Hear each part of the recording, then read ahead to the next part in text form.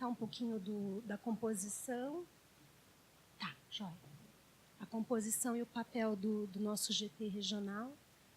Então, depois a gente teve vários momentos de montar o GT e a gente conseguiu fechar depois da segunda oficina. E ele ficou composto assim, por 2 interlocutoras do GVE 25 Santos, uma sou eu, outra é a Vera, que está aqui, que é a de hepatites, os 9 coordenadores municipais, que fazem parte da nossa região, 3 representantes de vigilância epidemiológica dos municípios de Bertioga, Cubatão e São Vicente, 3 articuladoras da DRS4, sendo 2 da extensão básica e uma do planejamento, que é a Anne, que também está aqui com a gente, 3 representantes da atenção básica por macro-região. Isso daí foi solicitado em CIR, porque a gente está com dificuldade de ter esses representantes. Então, na próxima agora, que é a Câmara Técnica, que vai ter agora a semana que vem, a gente já vai discutir isso. Uma maternidade, que por enquanto é o HGA, mas a gente deixa a possibilidade para que outras façam parte também. Temos 3 representantes da saúde da criança, sendo que 2 dessas mesmas pessoas também fazem parte do Comitê de Mortalidade Materno-Infantil e Fetal. Temos os suplentes e o papel do nosso GT é organizar as ações e metas de forma a concretizar o nosso plano regional. Pode passar? Os problemas que nós levantamos nas etapas do cuidado. Então, na promoção da saúde sexual e reprodutiva, o problema que surgiu é que o profissional de saúde tem dificuldade de trabalhar com jovens, principalmente pela questão da comunicação. Então, falta domínio de linguagem, a questão das gírias, a questão da tecnologia, dos aplicativos que eles utilizam, as redes sociais. Então, seria necessário novas ferramentas de comunicação com esses jovens.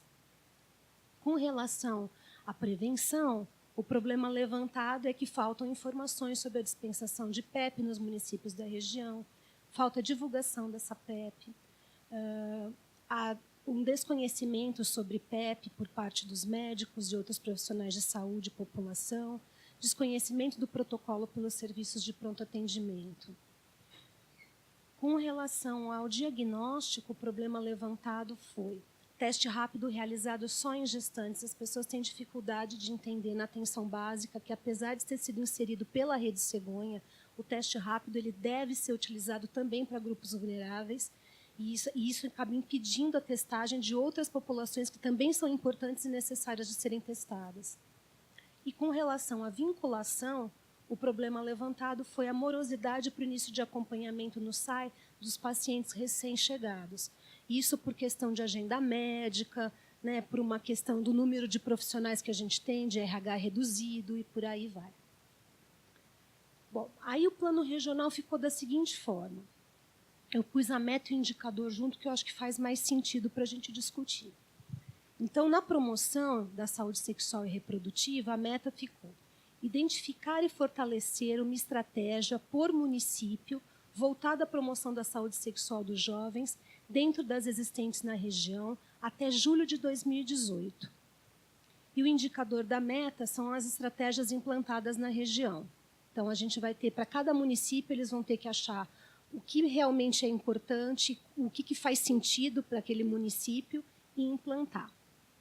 Com relação à prevenção, a meta é aumentar em 10% ao ano o número de PEP realizadas em cada município, totalizando 40% de aumento até 2021, usando como linha de base o número de PEPs dispensadas por município em 2016.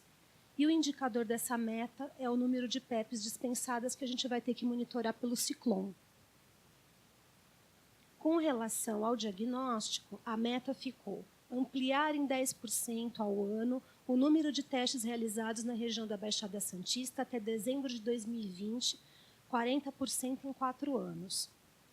A nossa linha de base vai ser o número de testes realizados na região no ano de 2016 e o nosso indicador vai ser o número de testes realizados na região, não no ano de 2016, ali está errado, é até o ano de 2020.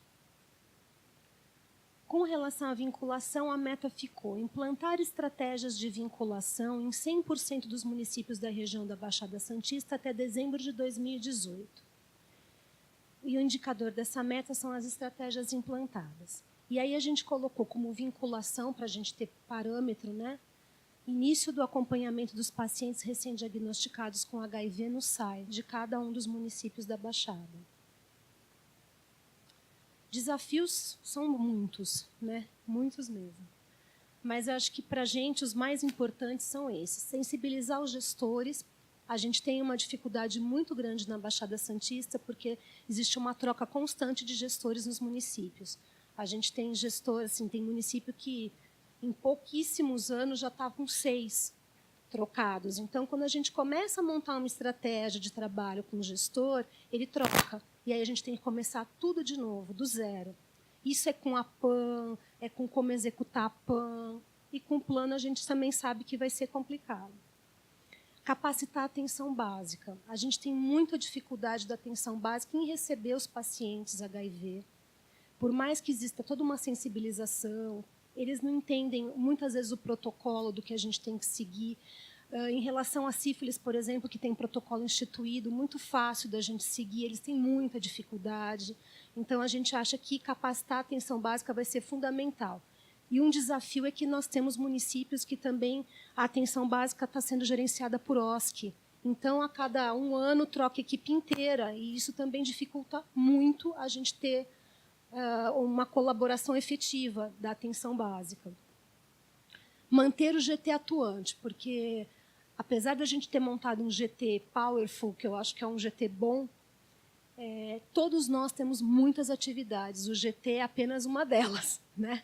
A gente tem muita coisa para dar conta. Então, manter a unidade do GT e manter esse GT atuante, se reunindo, monitorando, né, vai ser uma tarefa árdua. A questão da falta de governabilidade sobre a execução do plano, porque, apesar de todo o empenho que todo mundo tem, os municípios eles são independentes futebol clube, né? Eles têm todo um poder de atuação único deles, e por mais que a gente tenha toda a boa vontade de chegar junto, de explicar, de ir até lá, né, de fazer visitas técnicas, a gente sabe que a execução depende do município. E o monitoramento do plano regional, porque não adianta só a gente executar, mas a gente tem que acompanhar tudo aquilo que a gente for implantando para que isso não morra, para que não seja uma coisa pontual, né, que a gente faz em algum momento e depois se perde. Então, fazer esse monitoramento também é muito importante. As potencialidades do GT. A gente colocou a expertise técnica, porque é um GT que é bem variado, então cada um que está lá dentro tem bastante expertise naquilo que faz e pode contribuir muito para que as metas e ações sejam realizadas. A articulação e a discussão intersetorial, municipal e regional. Então, acho que isso é uma coisa que a gente também tem. A maioria das pessoas que está lá, pelo menos do GVE, do DRS, a gente tem assento na Câmara Técnica e na CIRA, a gente tem facilidade de pautar e discutir essas coisas com os gestores. E, dentro dos municípios, são pessoas-chave, são pessoas que estão em chefias, então elas também têm essa condição de articular internamente nos municípios aquilo a ser feito. E a questão da diversidade, né? São pessoas diferentes, de equipes diferentes, e que podem contribuir para que o plano de verdade vá à frente. E era isso.